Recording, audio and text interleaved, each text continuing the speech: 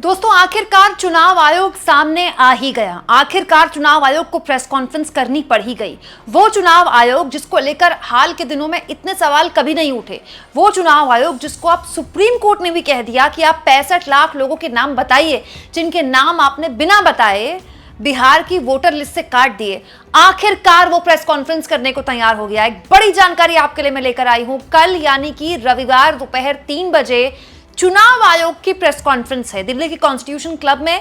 दोस्तों इस press conference में राहुल गांधी ने जो वोट चोरी के आरोप लगाए हैं चुनाव आयोग पर, न केवल उसका जवाब चुनाव आयोग देगा बल्कि सुप्रीम कोर्ट ने जिस तरह से चुनाव आयोग को फटकार लगाई है, हो सकता है उस मामले में भी चुनाव आयोग जवाब देना चाहता हो, इसीलिए इस मामले में प्रेस कॉन्फ्रेंस रखी गई है। अब इस प्रेस कॉन्फ्रेंस में ज्ञानेश कुमार होंगे कि नहीं होंगे, ये अपने आप में बड़ा गंभीर सवाल है।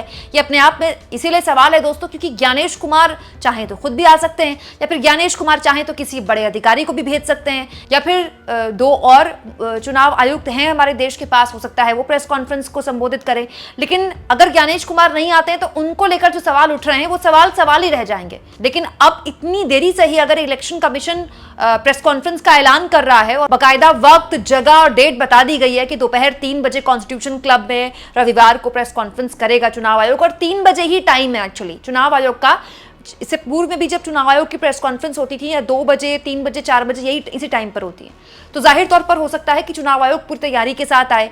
राहुल गांधी ने अब तक वोट चोरी के जो आरोप लगाए थे, इसके जवाब पे चुनाव आयोग के सूत्रों के हवाले से खबरें आती थी कि राहुल गांधी या तो शपथ पत्र दें, एफिडेविट में साइन करें, या फिर वो माफी मांगे देश से। इसके अलावा सुप्रीम कोर्ट में चुनाव आयोग का दूसरा पक्ष था। तो जाहिर सी बात है अब तमाम इन सवालों के जवाब हम उम्मीद करते हैं मिल जाएंगे। दोस्तों कल की प्रेस कॉन्फ्रेंस बहुत अहम रहने वाली है। क्योंकि कल ही बिहार में एक बड़ा राजनीतिक घटनाक्रम है। दोस्तों राहुल गांधी और तेजस्वी यादव की वोट चोरी को लेकर जो आरोप है राहुल गांधी के, उसको लेकर यात्रा शुरू हो रही है। कल से वो यात्रा शुरू हो रही है और कल ही चुनाव आयोग ने प्रेस कॉन्फ्रेंस का दिन रखा है।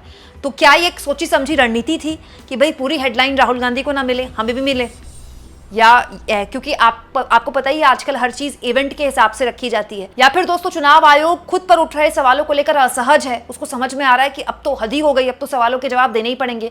आपको क्या लगता है? कमेंट बॉक्स में जरूर लिखें।